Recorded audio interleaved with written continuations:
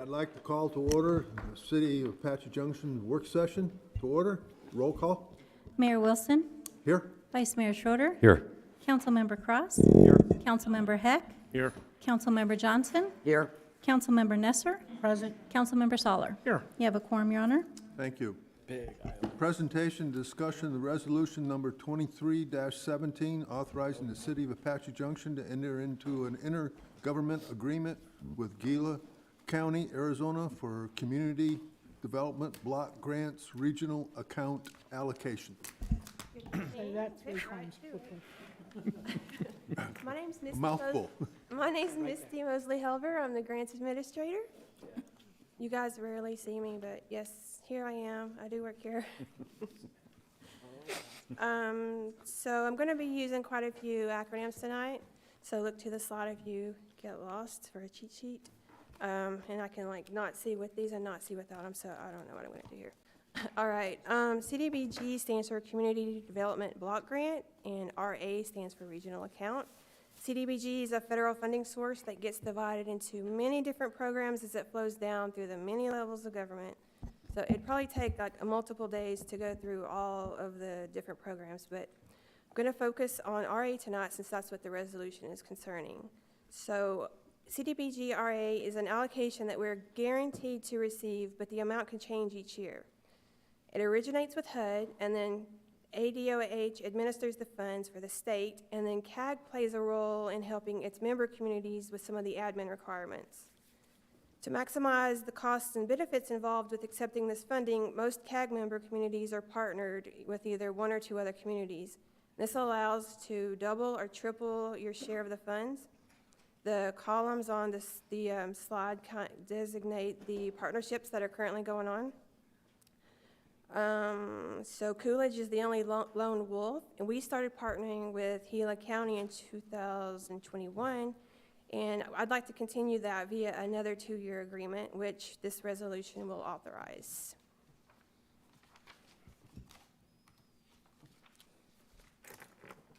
So as I said, CDBG-RA is an allocation that we're guaranteed to receive, but the amount will fluctuate.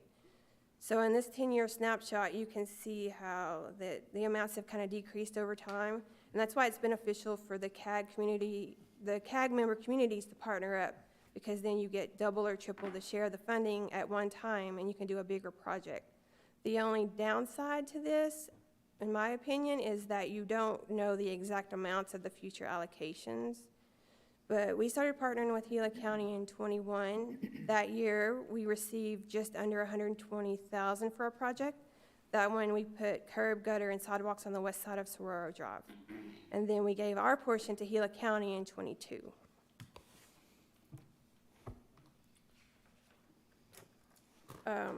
So as I said, I would like to continue that partnership with Gila County via another 2-year agreement.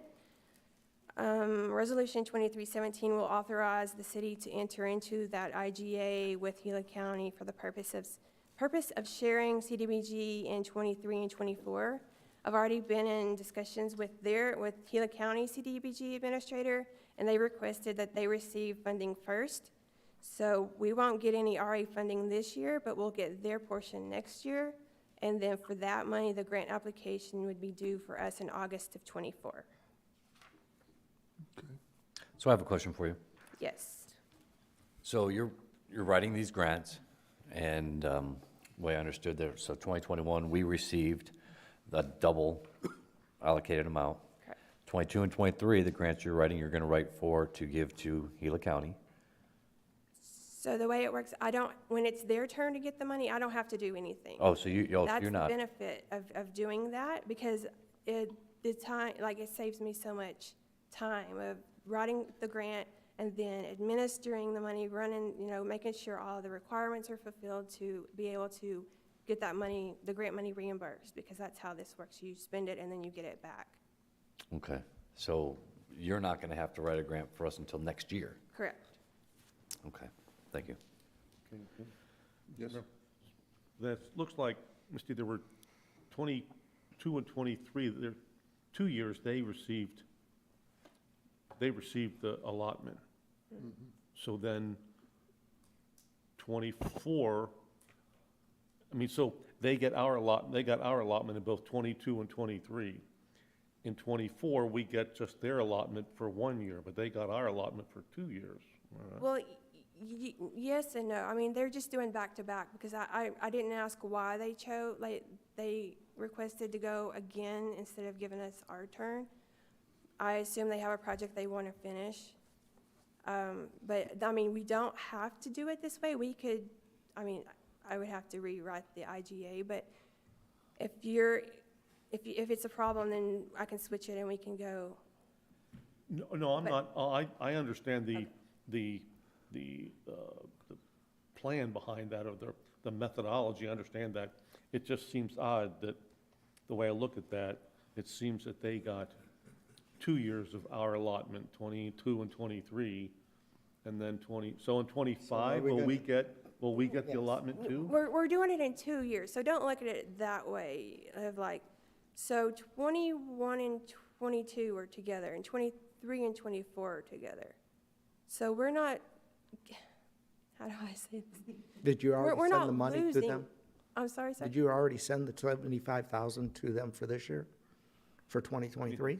So that one is still, that's the one that, so if they're doing it this year, their application is going to be due in August. It's not a done deal yet. It's in process. So what we're doing is for 24.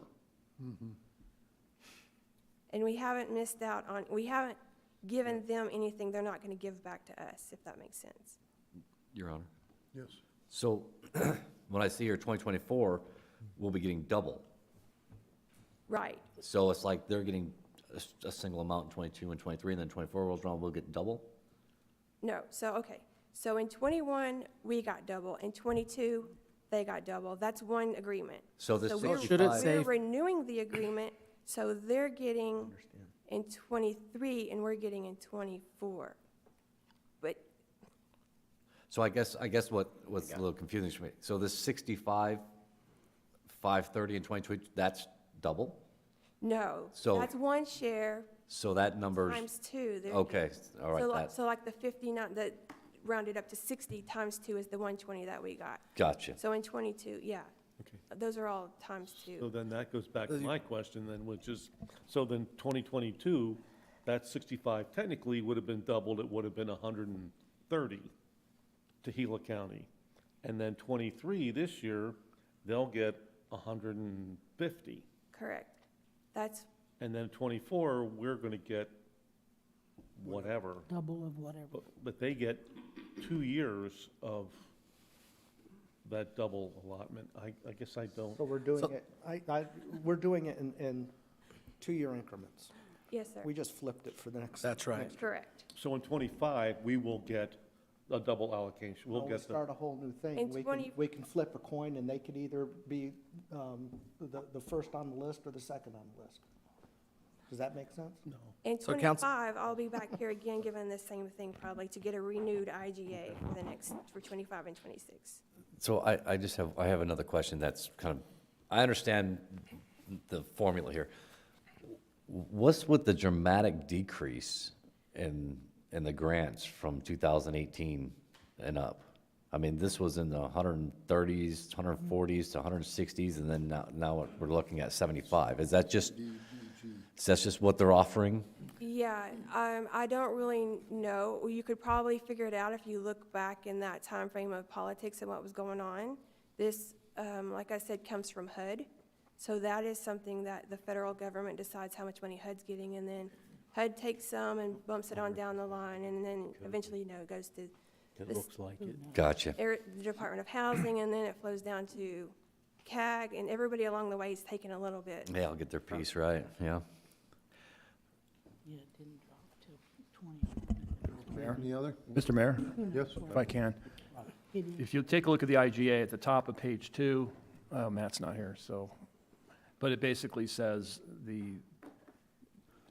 this will allow Gila County to receive double or increased funding for fiscal year 2023, and will allow Apache Junction to receive double or increased funding for fiscal year 2024. So it's in this IGA, and on their good faith, I think when we come in 2025, 26, they will do the same thing for us. Yeah, we might be able to. Think of it as a 4-year block. Okay. 21 and 24 are AJ's allocation, and 22 and 23 are Gila. And that's why I asked the question, and assuming that in 25, we'll have the benefit of Back to back. getting that double. The other thing I want to bring up too, is while we're on this policy discussion, is the day will come when we become an entitlement, meaning when we're 50,000 people, we can contract directly with the federal government. And Casa Grande recently went through this, and Maricopa did. And at that point, we will have a whole different discussion and process, right, Misty? Yes, sir. Now, not sure if that's 4 years away, 5 years away, but just something to think about as we develop this relationship. We could do this a few more times, but the day's coming when your city manager is gonna come and say, we're gonna just work directly with HUD. And it's gonna hopefully quadruple, could be 4 times that number every year. Okay. Cool. Thank you. All good? Okay. I actually have the next thing too. Yeah. Okay, presentation and discussion on resolution number 23-20 and 23-21, approving the submittal for application from the City of Apache Junction, Superstition Fire and Medical District to the Gila River Indian Community for State Shared Revenue Program for Proposition 202 funds for fiscal year 23-24. Okay. So now I'll give you some background on Prop 202 and the tribal grant programs. 202 was passed in November of 2002, and it made it so that the tribes had to share some of their gaming revenues. So those assessments are made quarterly and paid into a state-managed fund, but the tribes can keep 12% of those assessments and then use the funds to provide grants directly to cities or counties. This becomes an annual competitive process, and so we aren't always successful, but I do always try, not only with the Gila River Indian community, but also Ak-Chin, there's Fort McDowell Yavapai Nation, and there's a few other tribes that aren't so easy for me to pronounce in this Texas accent, so I won't. I usually apply for, and I'm gonna just call it GRIC now. I usually apply for the GRIC grant on behalf of the police department, mostly for equipment, and on behalf of Parks and Rec for their senior transportation program. I'll occasionally apply for other projects and programs if they fit if the need fits into the grant's focus area, which those 5 areas are GRICs for 2023, but I found that they're pretty consistent across the board for all the tribal grants. So this year I applied on behalf of the library and Parks and Rec. So the applications were submitted in March, and it used to be required that you submit a resolution with the grant application, but now they've revised their process, so you only are required to do a resolution if your application's been recommended for funding. So good news, we were notified in May that they accepted our applications after their initial review, and now we need resolutions from council.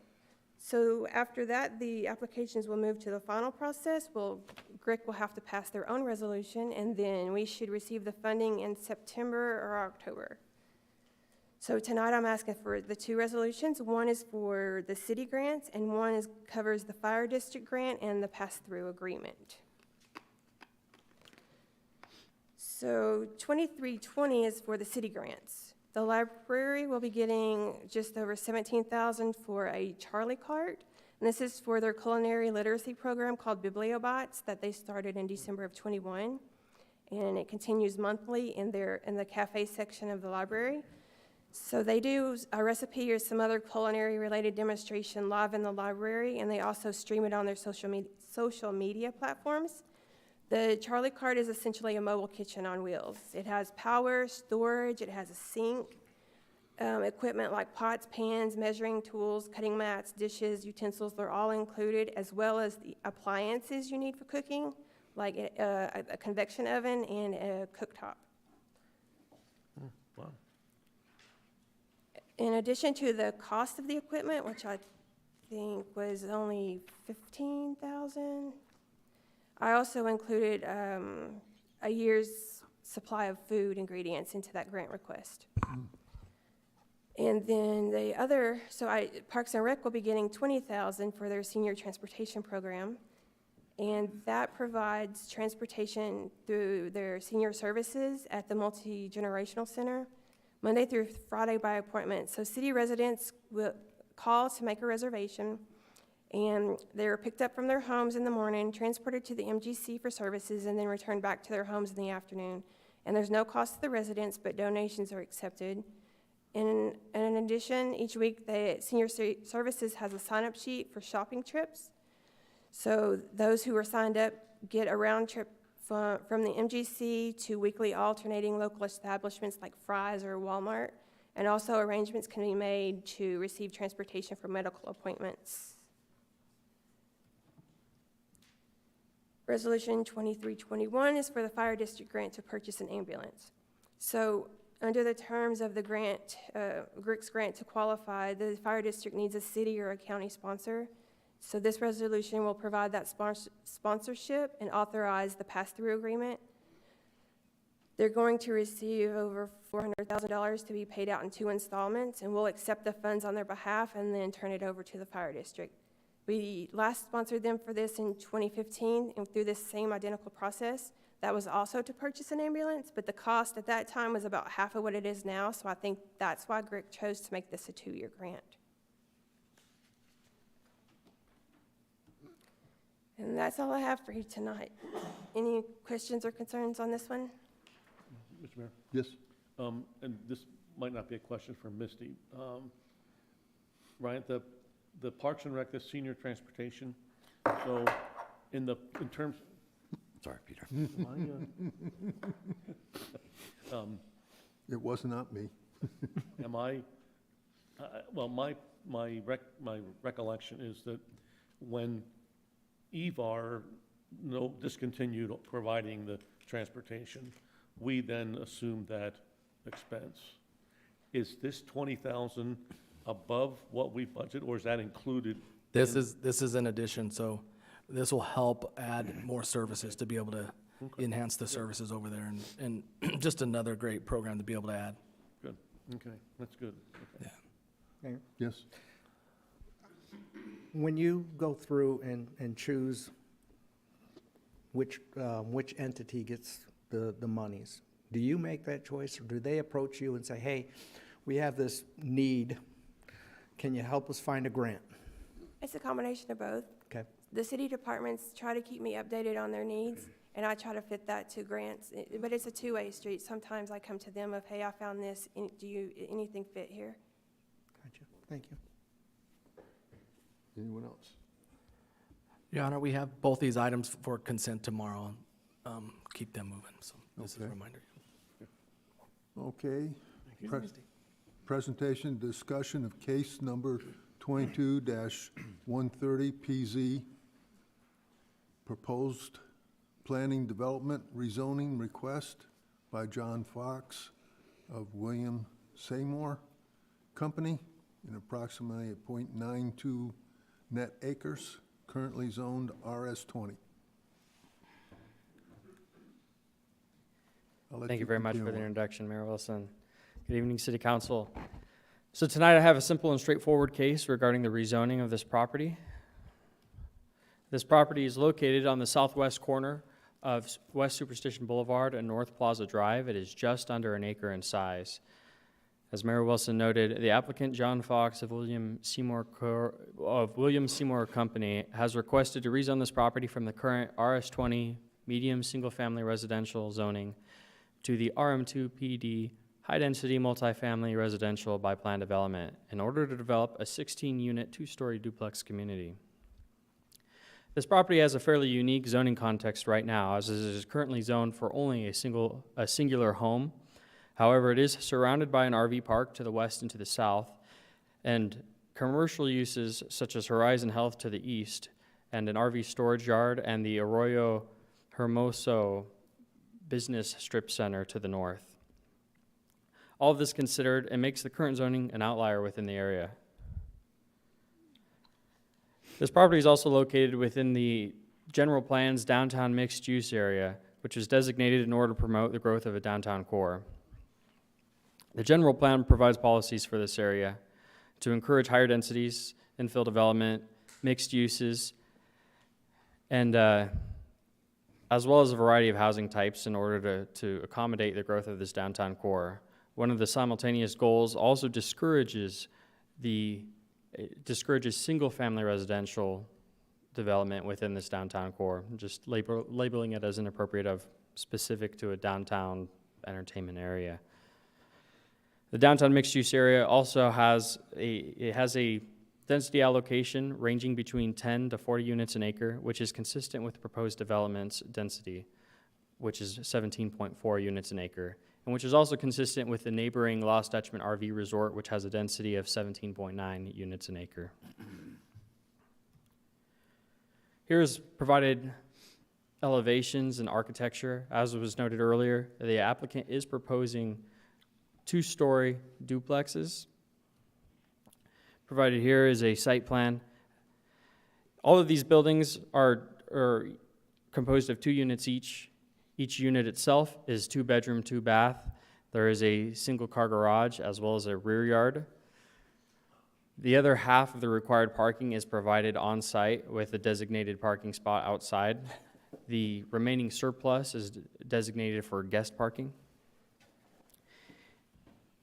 Only 2 deviations to the typical zoning standards have been requested through the plan development process. The first of which is a reduction of the front and rear setbacks in the RM2 zone from 20 feet to 10 feet.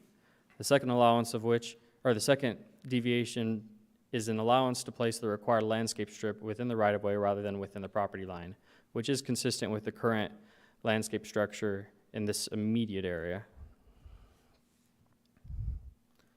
The applicant has followed all the necessary public notification procedures, including posting a sign to the site, sending letters to the neighbors, and holding a neighborhood meeting. Staff has not, however, received any neighborhood contact regarding this proposal.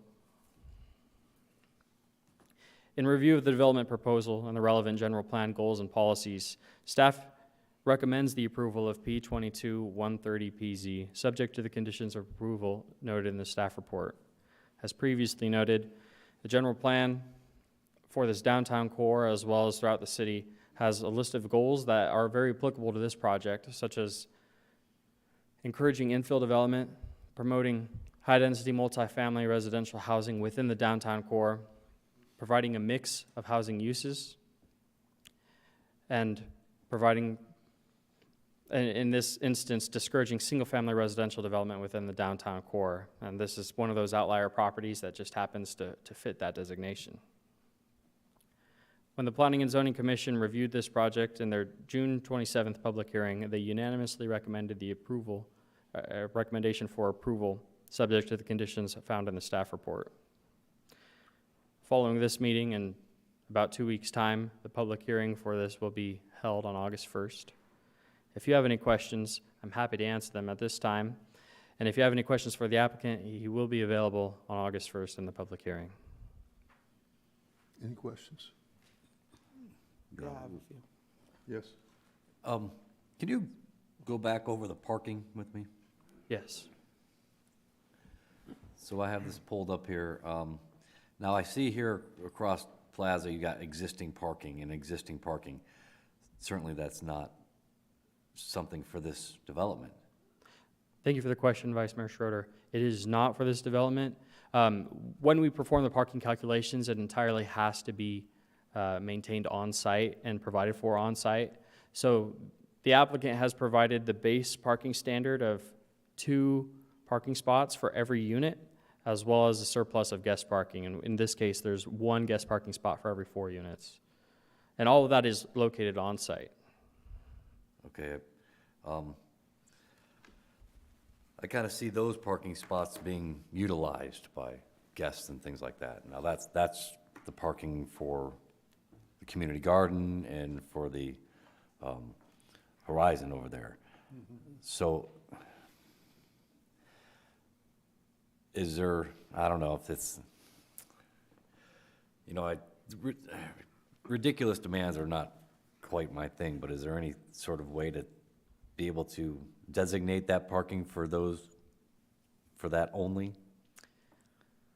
I believe that'd be a good question regarding Public Works and their jurisdiction over the parking within the right-of-way.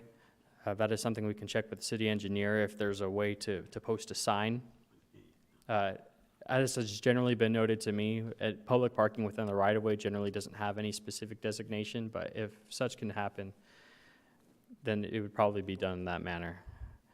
As for how it would be enforced, I think that would be its own question regarding monitoring, but the applicant can speak to self-surveillance.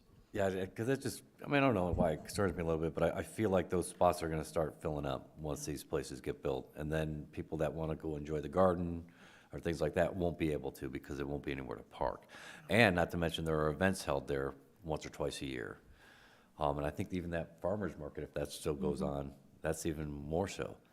And if these spots are taken by guests or your average household, let's say 2 cars, and then maybe there's some with multiple cars, they're gonna end up having to park across the street there to get to their place.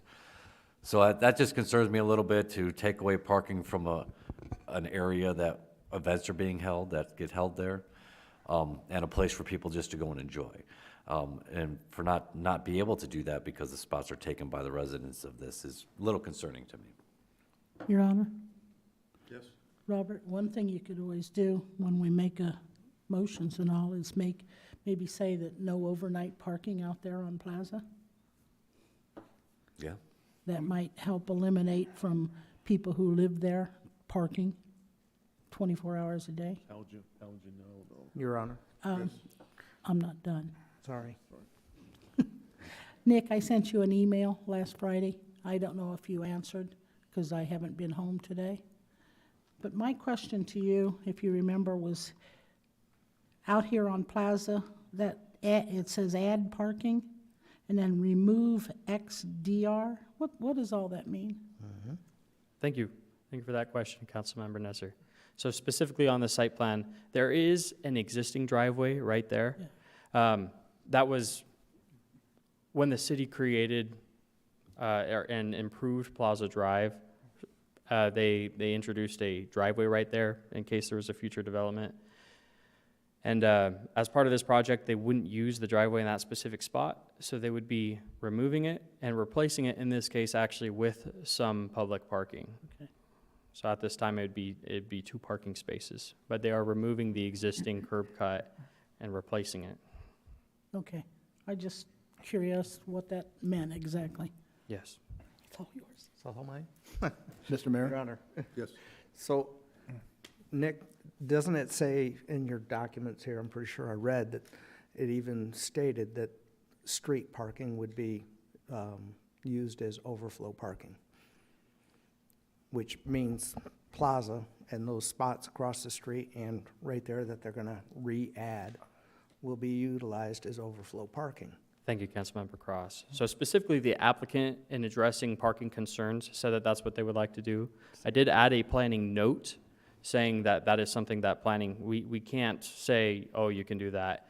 And specifically, when we reviewed this project, we informed the applicant, them making that statement, all your parking has to be self-sufficient on site. So that was their statement in regards to, they were filling out the findings of fact and saying, in regards to parking and noise and different things, this is how we believe it fits in the area.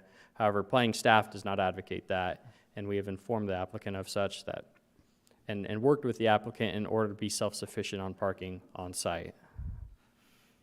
Mr. Mayor, if I may, Yes. or did you have a follow-up? Well, go ahead. I just want to add on. I don't think you can reserve a public parking spot for a private entity. That'd be probably an illegal gift under Article 9, Section 7 of the Arizona Constitution. Unless you deed it to them, which I guess you could do that, but I would not. I know when Plaza was made, and Brian can talk about this, the development fees were used. That was part of the downtown plan. And I don't think it ever was a concept that that would be used for a private entity that was going to locate here. And I think I'd support Nick by saying all parking needs to be self-contained on that small piece of property. And Nick, I believe that the applicant has provided more parking than is actually required. Is that correct? They've exceeded that? That is correct. Okay, yeah, so they have at least made an effort to address that. Okay. Want to continue? Yes, please. It just seems like, eliminate one building and overflow parking probably wouldn't be an issue. Once again, we're putting 5 pounds of stuff in a 2-pound sack. I like the idea of having the higher density, and it's a great utilization of a unusable lot otherwise. But surely we could have directed or shown that, they could have eliminated one building and actually added some amenities for the people that live there and provide a few more parking. Thank you again, Councilmember Cross. That is something that staff has worked with the applicant regarding.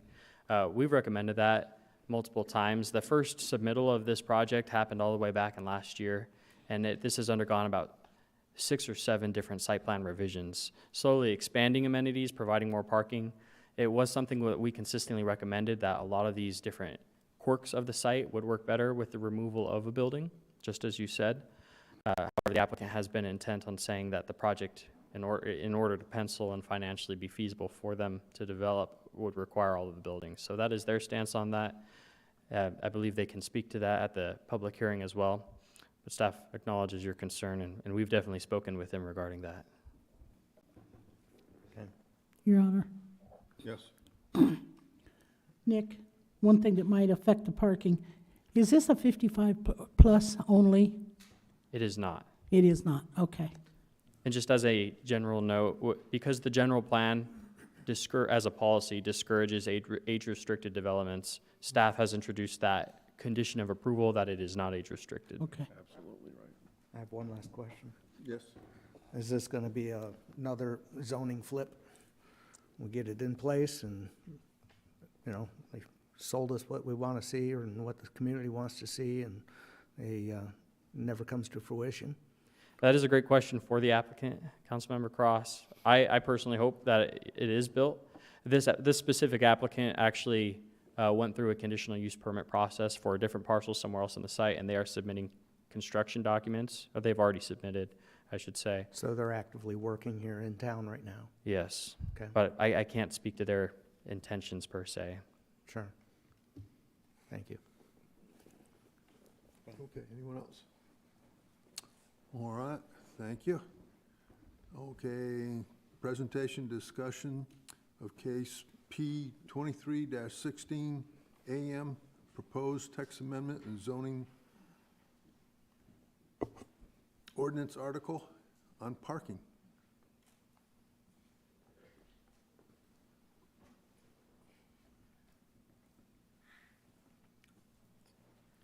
Thank you again for the introduction, Mayor Wilson. I'm presenting for this topic as well tonight. So as was noted, this is a parking text amendment. This is a text amendment to the Zoning Ordinance Article 17, the parking loading and circulation regulations. So as development proposals have come in over the years, and even just now, one of the more consistent topics of discussion has commonly been regarding the adequate provision of parking. Making sure that there's enough of it, making sure that we have the right type of it. Consequently, in order to improve and clarify our zoning code in this regard, the Planning and Zoning Commission issued a direction to staff on December 13th of last year. Since that time, staff has met with the Planning and Zoning Commission repeatedly over the last several months in order to provide recommendations and in order to review the research that we have accumulated, in order to provide an idea of what the best practices other cities have, as well as to understand the demand of our own city's needs. Through this effort and coordination, we've prepared a final draft of recommendations, which the Planning and Zoning Commission voted unanimously to recommend in their June 27th public hearing. These recommendations include, first and foremost, as was just mentioned within this last project, the creation of a minimum guest parking standard. Since currently in the zoning ordinance, there is no requirement to provide any guest parking. When we have a development come in, they must provide so many parking stalls for every unit, and that's for the residents. But because the zoning ordinance does not currently have any specific allocation for guest parking, we have determined that there is a need. In review of the research and the best practices of other cities, as well as determining what we see as the demand within the City of Apache Junction, staff recommends a minimum requirement of 0.3 guest parking spaces per unit in a multifamily residential community. What this would look like is if you have 100 units, you'd be required to provide a minimum of 30 guest parking spaces in addition to the residents' parking. This is something that we believe will address a lot of the concerns that we have, especially when it comes to projects that are very compact and try to get out without providing any guest parking. And then a lot of residents often worry, is there going to be spillage to the neighboring communities? We believe that this requirement will alleviate those concerns, as well as making sure that proper parking is provided and supported by the code. Staff also recommends clarifying the language regarding accessible parking. The current code language refers the reader to the Americans with Disabilities Act, which is the federal law governing accessible parking stalls. And staff is not proposing to change any of these requirements, especially with how it is regulated on that federal level. However, in order to provide greater clarity and to make sure that our code is transparent about what is required, staff is proposing adding in this language as well as this parking table so that our parking standards for accessible parking are very clear and provided in the same place as the rest of our parking standards. Currently, the zoning ordinance does also not have any language regarding motorcycle parking, but recognizing that this is a large part of the community, and there are a lot of motorcyclists within Apache Junction, staff has recommended to provide motorcycle parking spaces which are about half the size of a regular parking stall. These spaces have been found to promote safety and for motorcycles themselves, as well as reducing the frequency of parking issues, and allow for some design flexibility because of how this parking stall is half the size of a normal parking spot. Staff recommends that in terms of how to implement this ratio, for every 75 parking spaces, at least 2 parking stalls shall be motorcycle parking spaces. An example of this is found in which you have either motorcycles parking on the sidewalk because they couldn't find a good safe spot, or you have incidences where a motorcyclist parked farther into a car's parking stall. Someone doesn't see it because they take up much less space, and a frequent thing that has happened is that motorcycle then has gotten hit or damaged. And so it has been found that this is a win-win situation because the developer can have a little bit more flexibility designing the parking lot, but it also meets the needs of motorcyclists and generally discourages them from parking like on the sidewalk. It's just all around being a beneficial item. Another notable presence within our community that the zoning ordinance does not address is that of bicyclists. Staff recommends implementing bicycle parking provisions, since there is nothing in the zoning ordinance that says you need a bike rack. However, not wanting to be burdensome or undue, staff has just recommended this as a minimum guideline.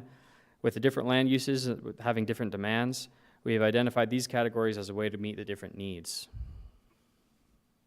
within multifamily residential and commercial developments.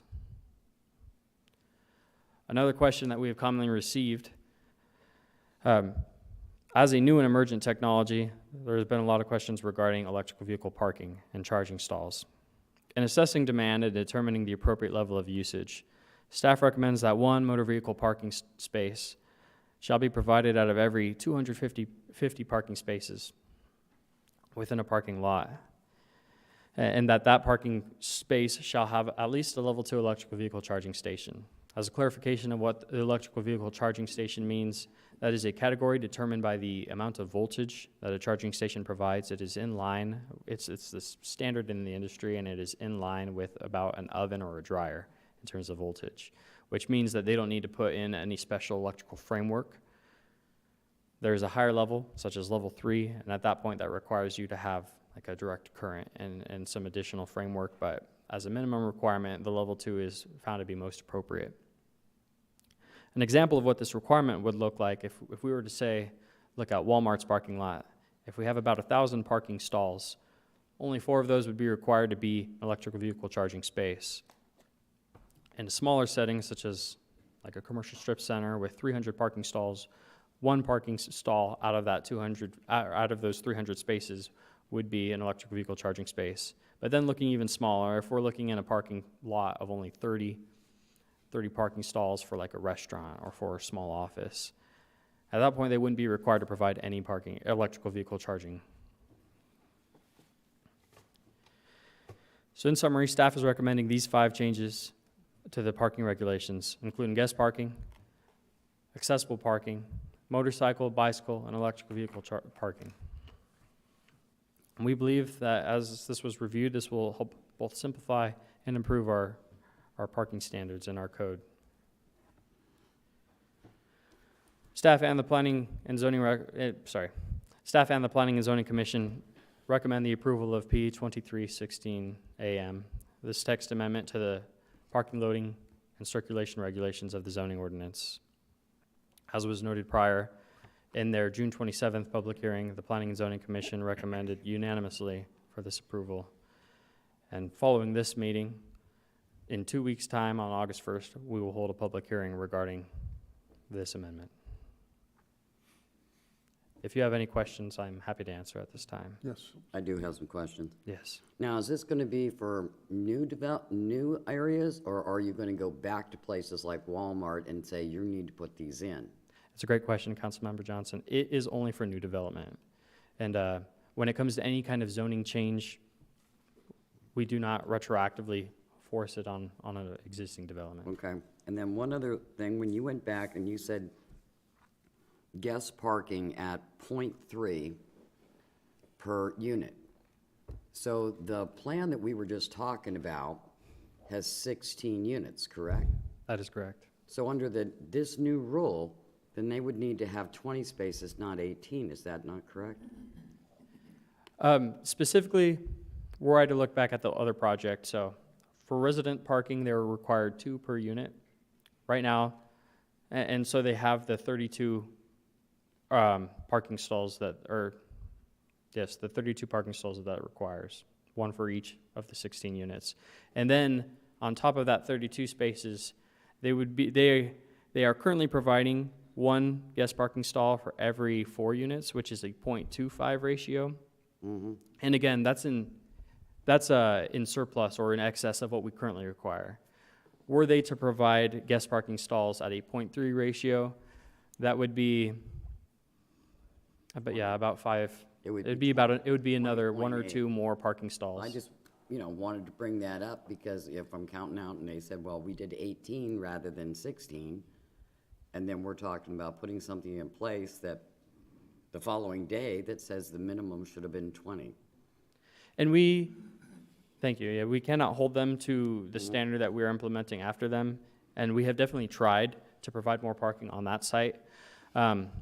But when it comes to any development, we've received a lot of similar questions when we have different developments, some of which have provided no guest parking, some of which have provided much more generous guest parking at a ratio of 0.5. However, in terms of the amount of square footage required, how it impacts the site, and what developers consider burdensome, we feel confident that the 0.3 guest parking stalls for every unit is a good ratio to be at.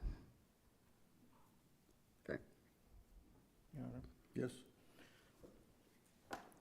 Are you encouraging all the new residential development, high-density development, to put in EV charging stations?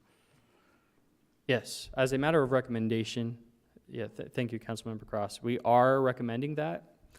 When it comes to this specific requirement for an electrical vehicle charging spot, that they must provide this stall, that is done on like a new introducing this kind of guideline. However, when it comes to multifamily development and you have all sorts of users, we do recommend as part of this code language that they equip their units with electric vehicle charging capabilities. Okay, in the garages, in other words? Yes. Yes, because it seems like if you got light poles, there's a source of energy, and every one should have larger size conduit and larger size wires so that those accommodations could be retrofitted in the future. Am I right when I read through this, the Superstition Havenly over here has no guest parking spaces available? So that is something that was noted within the research as we evaluate all of the different projects that came in recently, and that was a notable one. You Wow. read correctly. How did that happen? It was not required. We definitely advocated for site rearrangements. However, an applicant, if they meet the minimum baseline, up till now, were we to pass this, this would introduce a guest parking requirement, but fundamentally, if a developer met the minimum requirement, then it met all the laws and codes and was approvable. And we've advocated to have more parking, to be more practical, but that is how that kind of thing has happened. Sure. And any plans for horse hitching rails? Kidding. Thank you. Your Honor. Yes? I've been reading a lot on electric vehicles because coming in about 6.5 years, in 2030, that's when a lot of car manufacturers are going to start changing over. There's agreements that starting in 2030, starting this year, I think every American manufacturer is no longer going to create V8 engines starting this year or next year. And that we're coming to a future that we're not seeing yet, or a lot of us don't want to see. So a lot of this is new. But I have a question for you back here. These spaces for electric vehicles that you're mentioning, like at Walmart and all, is that these parking spaces, are you saying that these are parking spaces with the equipment to charge electric vehicles? Yes. Okay, so then my question to Joel is, legally, how can we require a business to provide like gasoline pumps to just where people park? Isn't that their responsibility to charge at home or wherever they live? How can we do, make businesses comply with helping people charge their vehicles? Councilmember,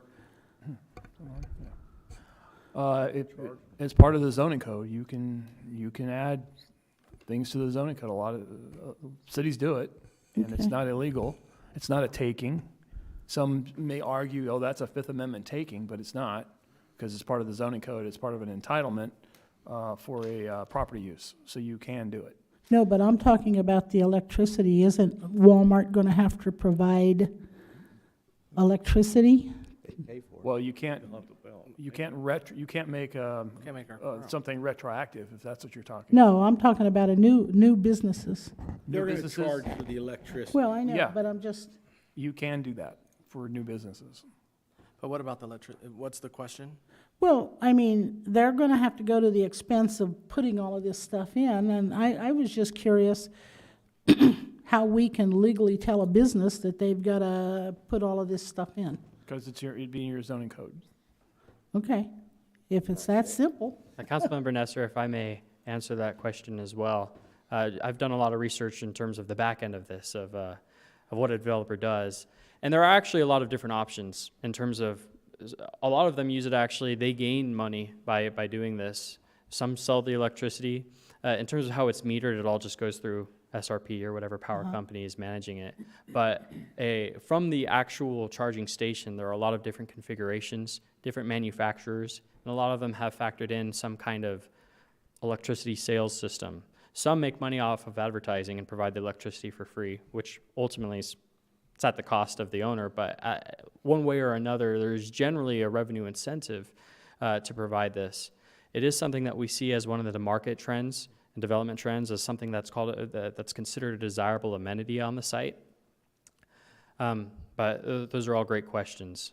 Also, in terms of what it costs to install the unit, we have found that SRP does have a grant, and they essentially cover the cost of a level 2 charger. The more money is allocated for multifamily residential charging stations. However, money is also provided for any kind of commercial developer who wants to implement one of these sites as well. So that way there is also monetary support in terms of making this transition. Okay. Okay. All right, well, whoops, I lost my screen.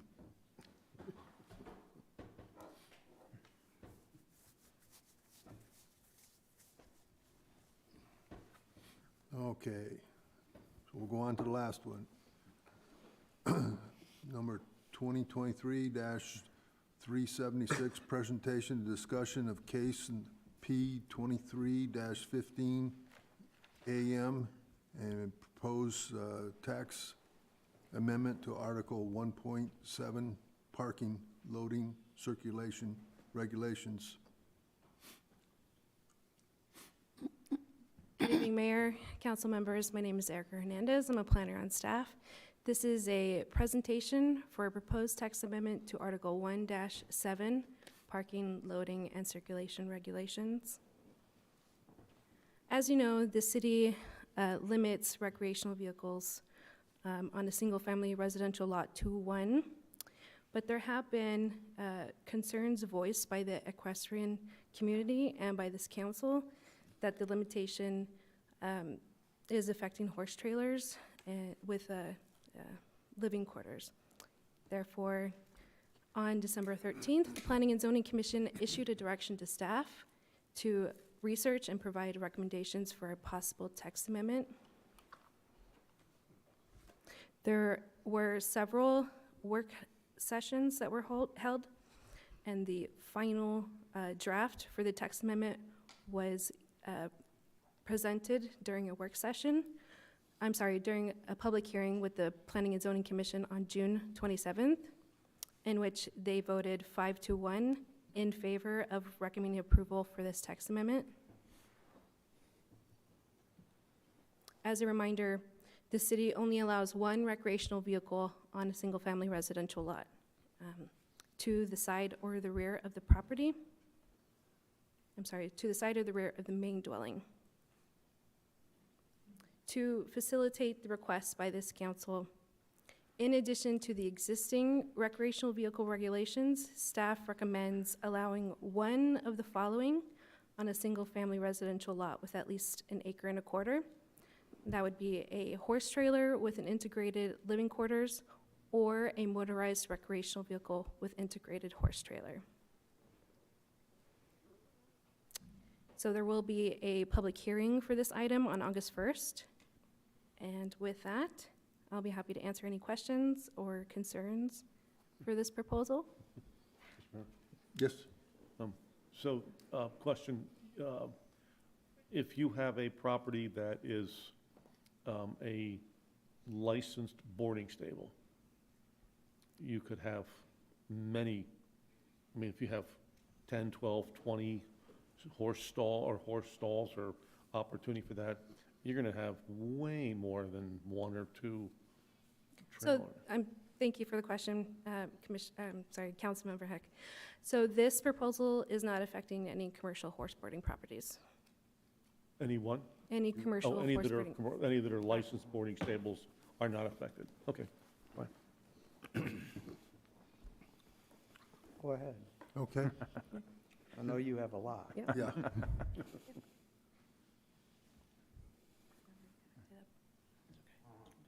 Well, I have one, Mr. Mayor. Yes, you want to have one? You'll go The ahead. mayor's gonna show a few slides. He's gonna show a couple slides. Okay, so he doesn't need the. Yeah, I'm gonna give him the mouse.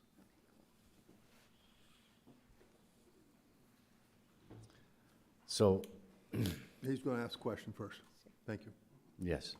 So as it stands right now, 1.25 acres, you could have your main dwelling, and then you could have an RV up there. And then now, in addition to that RV, you want another, well, an RV that will hold a horse, basically. So then a typical home on 1.25 acres can have the home, the RV, and then a living quarters with, so long as a horse can get on it. So, and that's basically what we're talking about here right now. Thank you for your question, Councilmember Schroeder. That is correct. So,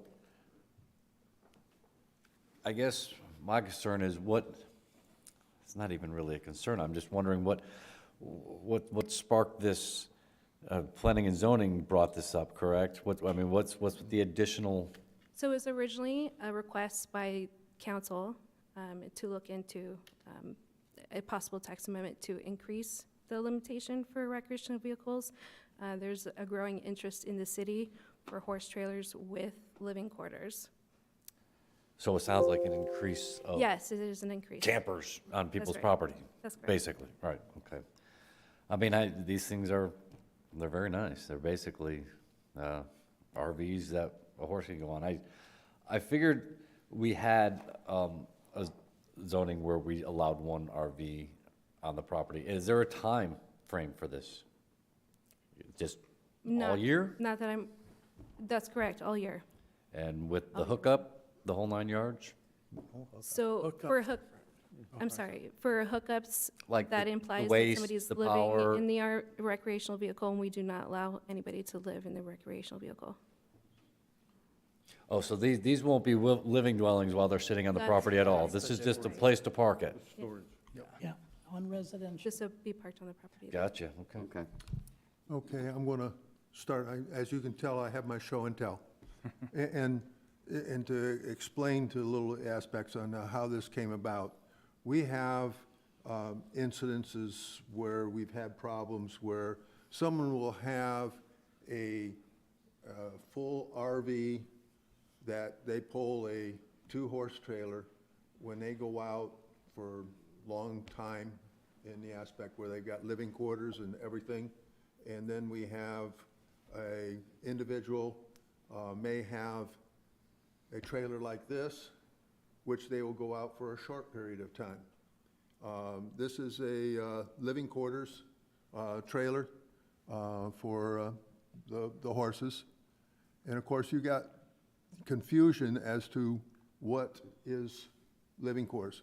Well, here is a 2-horse trailer, which is a straight load, and here is more of a, I'm going to say, it's called a stock trailer. Yeah, thank you. Stock trailer, which you could have several horses into it, on it. And here is, I don't know where the arrow is, there we are. Here is a 3-horse trailer that does not have living quarters on it. They have what they call a changing room. But people get them confused in the aspect on it. And, you know, they do have a place where you can sleep in it, but I have been told that our definition of a RV is if you have a restroom It's in a it. kitchen and bath. You have to have a bath and you have to have a cooking facility for an RV. Well, that's not what I was told what ours was. Ours was told that, I mean, I was told that ours was strictly the ability for a toilet on it, which is part of the problem in this. And so when you have an individual that has, I'm going to say, a full-size RV and has one of these, they're in violation. But this one, They're in violation of the zip Technically- code. They shouldn't be living here if they got a full-size RV in one of those. What's that, $200,000 piece of equipment out there? we have some people that have them. We have winter visitors that come down here that have them. And yes, they're living in their home while they're here, but when they go out, they have the abilities to go out with these. And some of these are, when they're registered here in Arizona, can be registered as horse trailers, even though they will meet the definition of being an RV.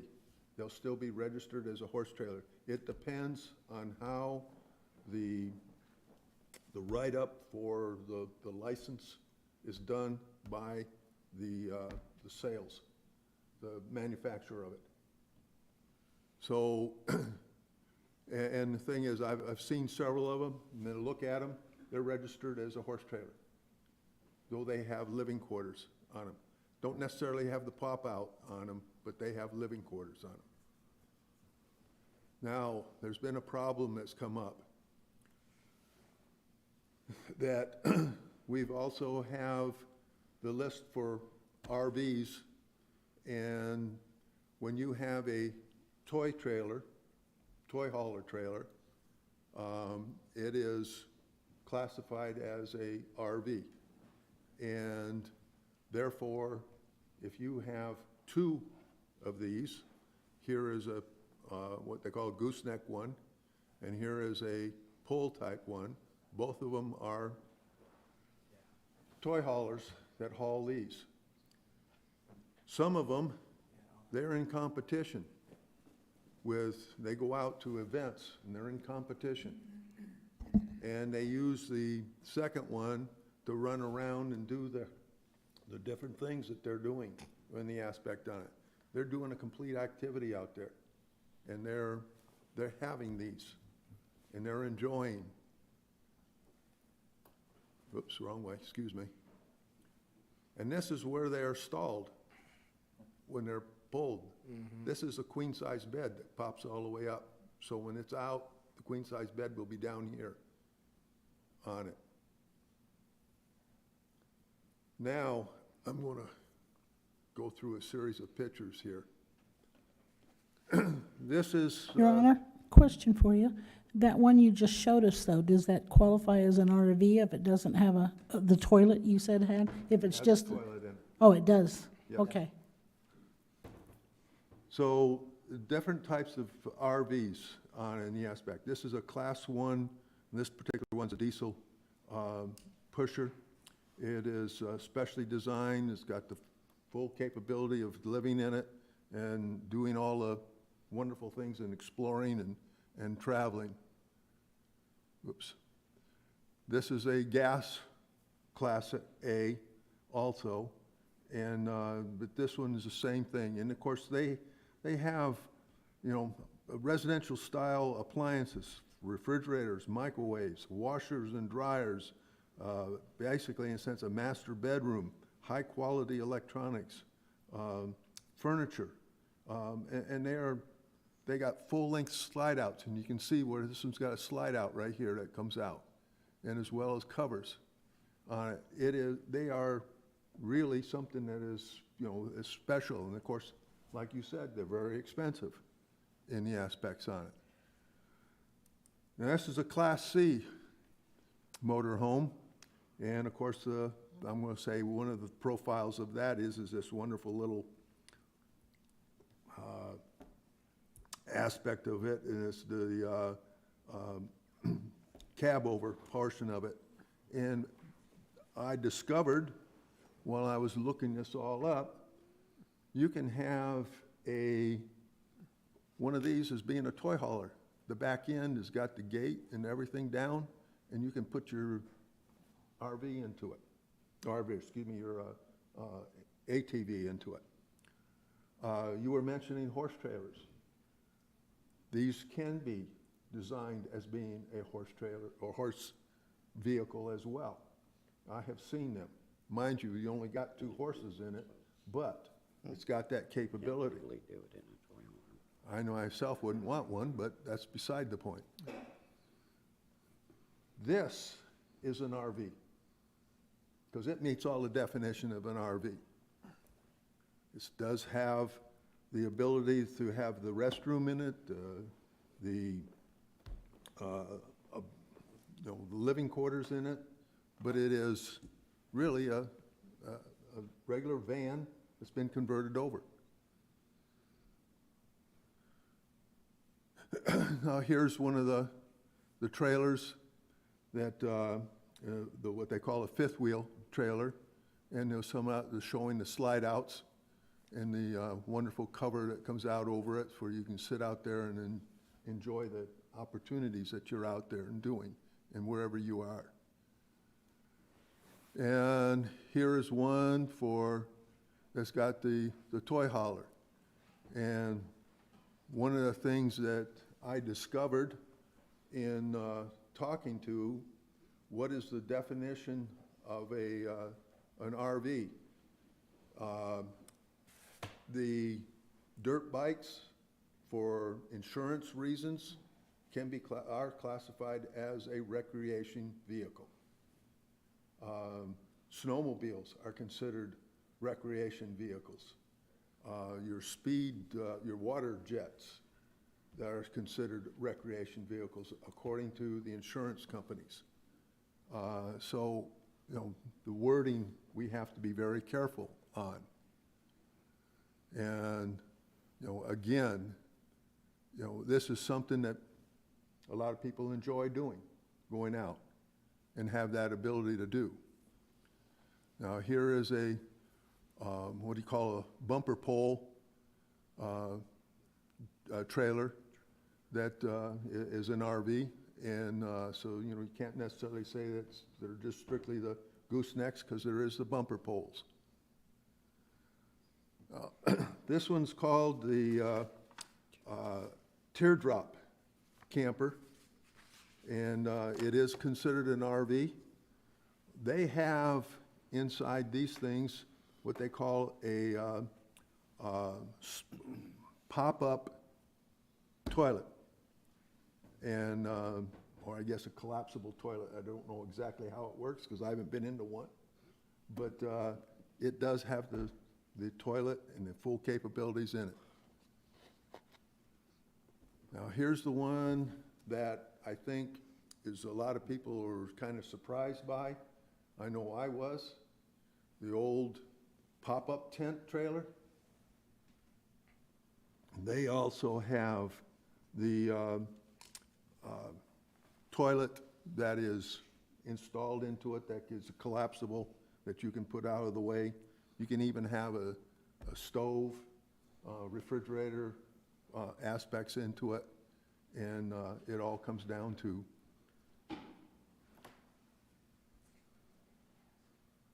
so I think what I think we need to concentrate on myself is looking at the definition of what an RV is.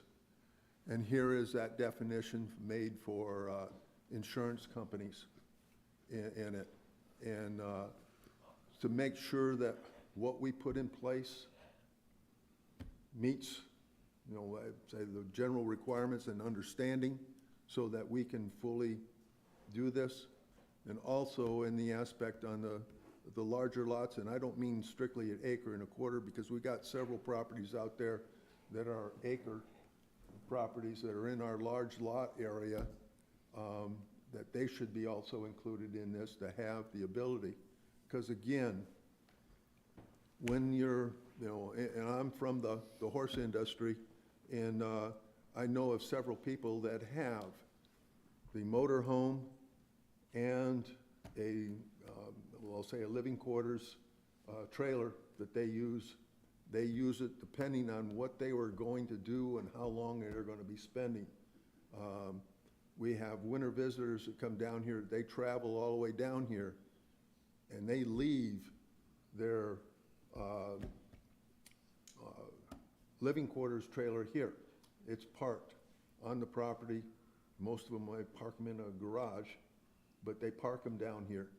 But when they're here, they have a full-size RV that's parked, and they have a trailer that has the living quarters as well. You know, really and truthfully, I can't point the aspect when you point out, finger out, you have to come back to yourself 3 times.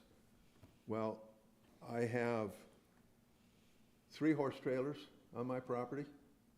I've got the one with the cowboy room. It's a 3-horse trailer.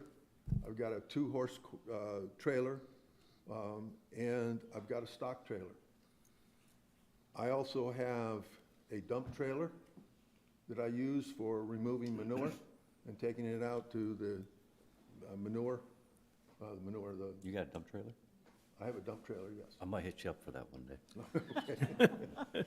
And that's the way I'm able to remove the manure and go out to the sewer district and get rid of my wonderful accumulation of manure.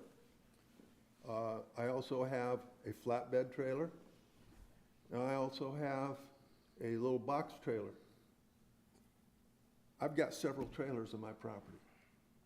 And what I don't want to get into the idea of necessarily turning around and saying, you can't have this, and but you can have this. I think we need to take a close look at what we were looking at and what the wording is and how we have to address it. Your Honor, Yes. because I have some experience in the fact that I have my insurance license and I've worked for 30 years for an RV dealer, I can say that when I look at this, this is an insurance category for how they put recreational vehicles. But the definition and what I think is you're really trying to strive for is going to be the body type code that is on the title. That is where you have MH for motorhome, fifth wheel, horse trailer, and when you have one of those like the Lakata here you showed on here, that is considered a hybrid, but it says so on the title. It's in the body type. That is how ADOT looks at them, and you might want to be looking into those codes because every motorcycle, every snow thing is insurance-wise an RV. But according to ADOT, which is the titling agency and the legal agency, it is by the body type that is on the actual title. And I agree with you in this aspect on it. And that's one of the things that I say that we need to look at the wording, whole yeah. picture, not just strictly using RV. And I don't have a picture of this, but the old slide-in camper on the back of your pickup truck, you know, is not registered for the road, so there's no license on this at all. But it has a restroom in it. And with our definition, I've already asked, that is considered an RV. So that's why I want to make sure that when we are addressing this, that we go through and we actually look at the whole picture and addressing the, well, first off, the needs of the community, but also what's the, you know, and I don't want to go, because like, for example, the horse trailers that are registered horse trailers, but they have living quarters on it. They are registered as a horse trailer. They're not registered as an RV. So, and I think we need to look at the full use of what they're being used for to come up with this rule. Finish my speech. I think you gave this young lady some marching orders there. So what's the rest So of the council think? tonight's a work session. We get to learn and hear from kind of your policy direction, and it looks like they're talking about a more expansive definition, and we'd love to hear input on helping us for next steps of this process. Can I just ask a question? Is the goal to limit the number of trailers on an acre and a quarter property? Is that the goal, or is it just simply to identify what can be on there? Is that, I feel like We're trying to find out and seek your direction on what you all want in the certain areas in town of acre or acre and a quarter, and Erica could talk a little bit about the process. Yeah. So the goal, thank you for the question. So the goal of staff is to facilitate the original request, which is to allow an exception to the limitation for recreational vehicles for horse trailers with living quarters. Right. That's, I want to Then we're into all these other trailers and stuff, and that doesn't have any bearing on what we're looking at here. that's right. I want to expand it to include. Oh, okay. That's what's happening. So I got it. we've Okay. we've gone down a certain path, and now because we're opening up the zoning code, the mayor I wants got to it. just Okay. That's- look at the whole picture. That's where I was Yes. lost. So a few things that I've seen, both in what is written and being proposed. What difference would it make, and why should we care as a city, if a person has a garage on his property, which there's a person in my neighborhood that has a really nice garage, and it's more than capable of storing 4 RVs. Inside, doors closed, and we have no clue. Nor should we care. An acre and a quarter piece of property is a huge piece of property. There's no reason why a person couldn't have 1 toy hauler and 1 diesel pusher. There's no reason why they couldn't have a toy hauler and a travel trailer. What difference does it make? It shouldn't, we're sitting here trying to shove these staff, regulations. We don't care. We- These we're- are the we're trying to- regulations that we have that are your law.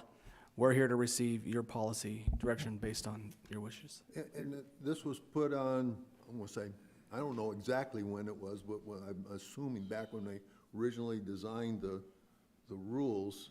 So, I mean, this is an old rule that's been there for years, and, Any idea how long it's been there? Long time. Rudy might know, or Sydney. If I remember correctly, since at least 2014. Did that come into effect when Larry Kirsch came to town?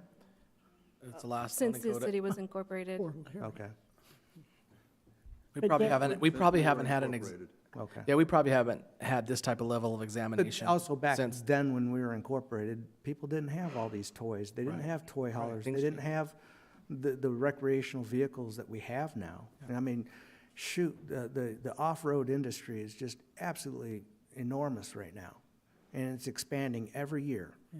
And the amount of money that's, you know, changing hands with the sale, the fuel tax, everything else that goes into these. And here we're trying to regulate them to death, saying, nope, can't have it. I kind of think that we should just, It's your law. yeah. We're just following what was been in there and, What, yep. Your Honor. yes. Yeah, Daryl, I want to agree with you because it's not the issue here, it's not a matter of how many you own, it's whether they are being lived in. Isn't that the issue? Well, it says. I mean, we're talking, occupied. yeah, but we're talking about, isn't the problem, or however we're looking at this, is whether you have 1 or 10 of these on your property. If you want to build a 10-car garage and you got enough property and you have them all in there, it's an issue of whether people are living in them or not. Or if you have them, who cares if you have them, if you can park them? Well, one of the things I'm going to say in the aspect is, number one, to me, and this is my personal opinion on it, is if you have it on your property, first off, you as I'm gonna say, person that's living at the address, because you could be renting a place, that the vehicles, the trailers or whatever it is, they are registered to your name. It's not becoming a parking lot for Storage lot.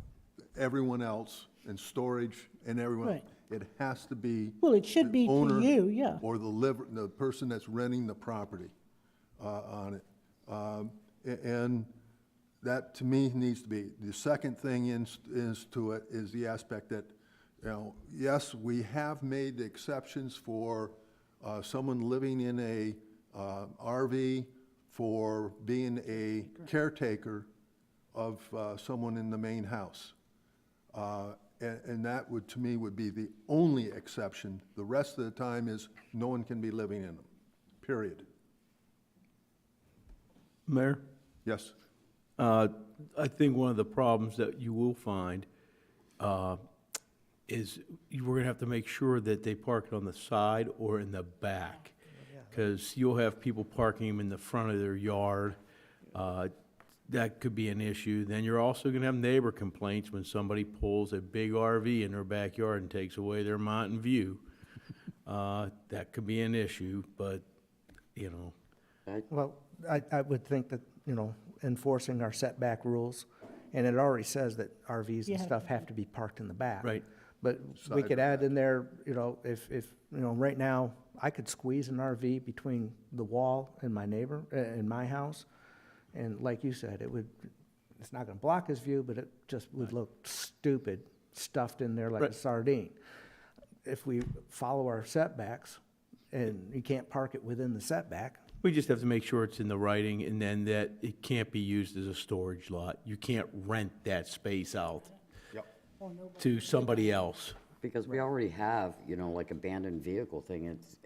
I can understand if somebody feels like something is very unsightly, but they would have to be like completely non-using it and letting it rust away. But if you have it on your property and you're using it, I don't see, as long as they're behind the building or to the side, why it should be an issue at all.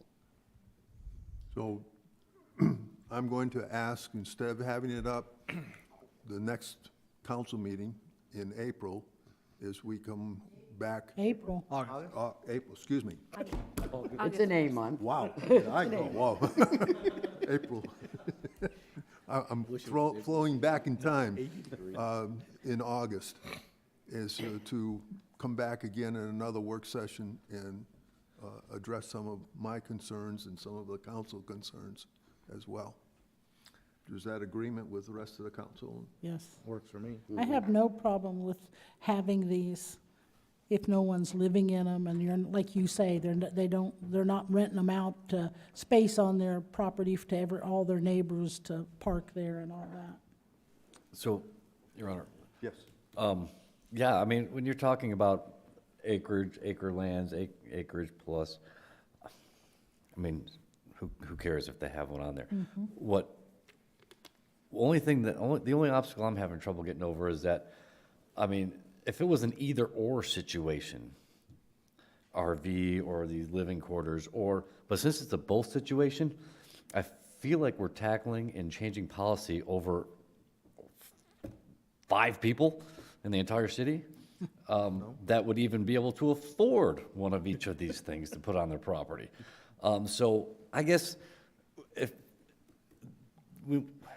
I feel like when we go in and change policy for the city, it should affect the majority of the people, and that seems like a very, very small percentage of the population that this is being designed to cater to.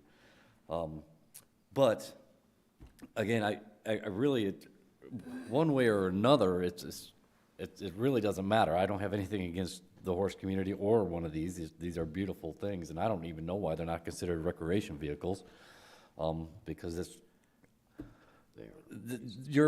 is recreation got written all over it. But I just feel like when it's starting to change the way we run our city, it shouldn't be targeted to a very, very small percentage of the population. And I feel like when I say small, I feel like a quarter of 1%, if that. But that's my only obstacle here. So if we want to discuss that later on in another work session, I'm okay with it. It may be a small percentage, but it is also affecting some, I'm going to say several people in the aspect on it as well. And it is something that I feel know. like that several's like less than 5. No, it's more than 5.